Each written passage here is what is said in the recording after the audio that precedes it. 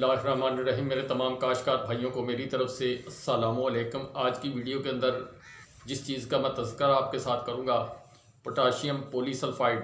ये liquid fertiliser है। कुछ लोगों ने इसको पहले इस्तेमाल किया होगा, कुछ लोगों के लिए ये नाम नया है।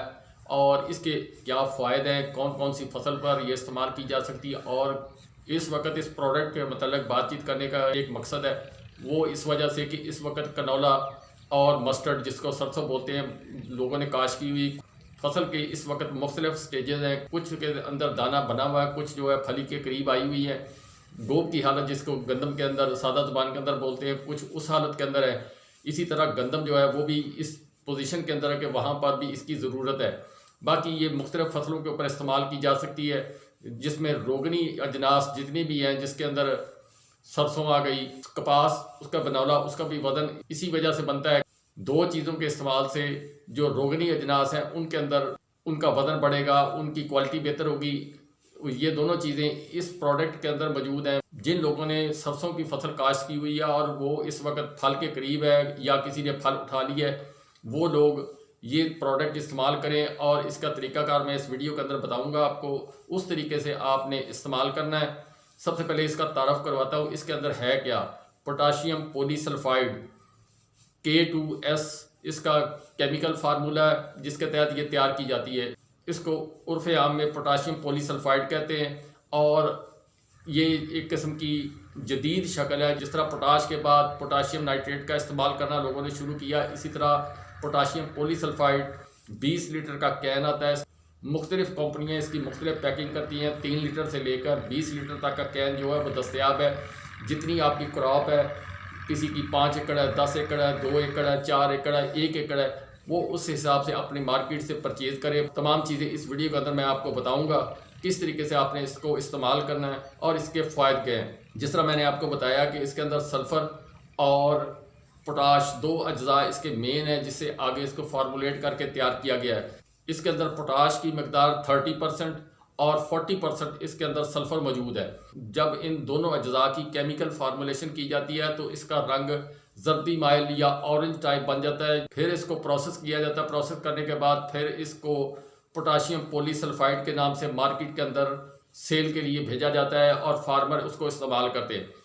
कपास, चावल, सरसों, कनौला, सोयाबीन, किन्नू के बागात और इसके अलावा मुख्तलिफ फसलों के ऊपर इसको इस्तेमाल किया जा सकता है। इसके बहुत सारे फ़ायदे हैं। इसके अंदर सल्फ़र मौजूद, इसके अंदर पोटाश मौजूद, जिसकी वजह से आपकी फसल जो है वो खूबसूरती की तरफ भी जाएगी, वज़न भी पैदा करेगी, दाने के अंदर वज़न होगा। और जो रोगनी अजनास जितनी भी हैं उनके अंदर ये प्रोडक्ट जो है वो अपना अहम किरदार अदा करता है।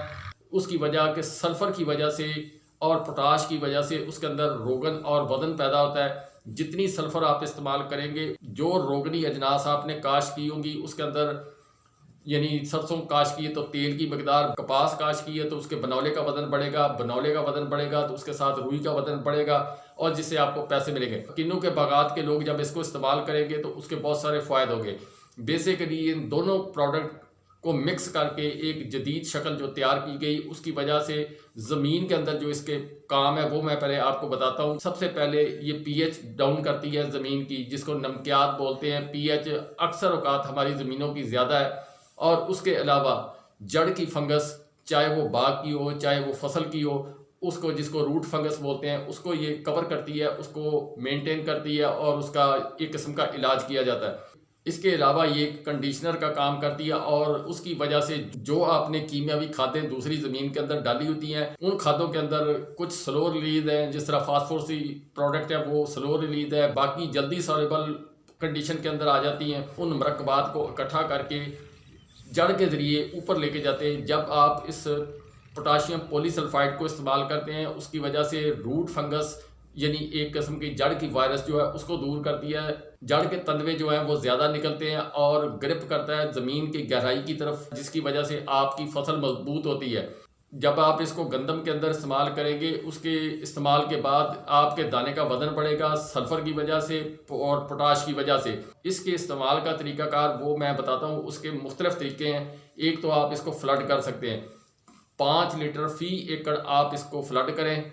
चाहे आपका गंदम का खेत है, चाहे आपका कनौले का या सरसों का खेत है, कोई भी फसल आपने काश्त की उसके अंदर इस्तेमाल करना है। 5 लीटर तक आप इसको इस्तेमाल करें।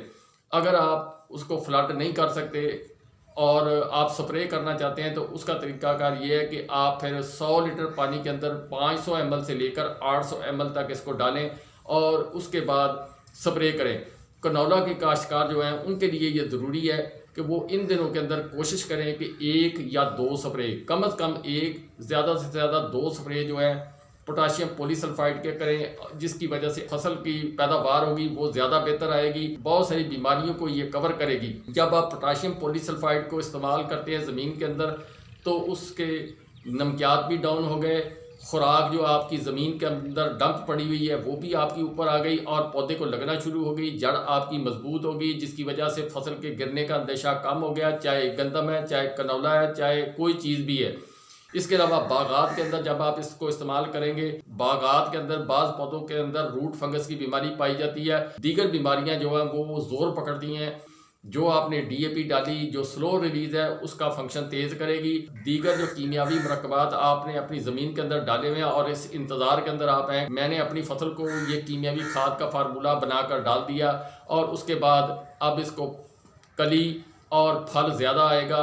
ये सारी चीज़ें उस वक्त होंगी जब आपकी पौधा सेहतमंद होगा, आपका पौधे की जड़ सेहतमंद होगी और जब दोनों चीज़ें आपकी मैनेज हो जाएंगी, उसकी जड़ और पौधा सेहतमंद होगा तो आपकी पैदावार के अंदर इजाफा होगा। अगर मार्केट के अंदर पोटाशियम पॉलीसल्फाइड आपको दस्तयाब नहीं तो फिर आप इस परेशानी से बचने के लिए आप ये काम कर सकते हैं कि सोलेबल पोटाश 25 किलो वाला बैग जो है वो लें और उसमें से 2 किलो पोटाश लेकर 100 लीटर पानी के अंदर डालें। अगर गंदम पर करनी है, अगर आपने करनी कनौला के ऊपर करनी है, 500 ग्राम से लेकर 800 ग्राम तक आप लेकर जाएंगे उसकी डोज और उसको पानी 100 लीटर के अंदर हल करके आप अपनी स्प्रे करेंगे।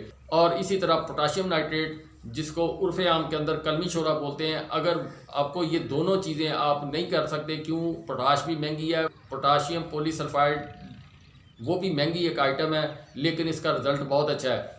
उस वक्त फिर आप जो कलमी शोरा वो आप ले सकते हैं 500 ग्राम से लेकर 800 ग्राम तक गंदम के ऊपर। जब आप उसको इस्तेमाल करेंगे सरसों के खेत के ऊपर तो फिर उसकी डोज आपको 500 से ऊपर नहीं जाना चाहिए, उसको 2 दफ़ा आप स्प्रे कर लें। वो 500 ग्राम फी 100 लीटर डालकर उसको स्प्रे करें और कोशिश करें कि डबल स्प्रे कहीं पर ना हो, आपकी बर्निंग का मामला भी आ सकता है, इस वजह से एहतियात के साथ आपको करना चाहिए। इन सारी चीज़ों को जब आप इस्तेमाल करेंगे उस वक़्त आपकी फसल, आपकी पैदावार के अंदर इजाफा होगा। जब तक आप पोटाश के उनसर इस्तेमाल नहीं करेंगे, आप सल्फ़र इस्तेमाल नहीं करेंगे, ख़ास तौर पर रोगनी अजनास के अंदर, उस वक्त तक आपकी फसल की पैदावार के अंदर इजाफा नहीं होगा। नॉर्मल साइज़ का दाना बनेगा, वज़न भी हल्का होगा।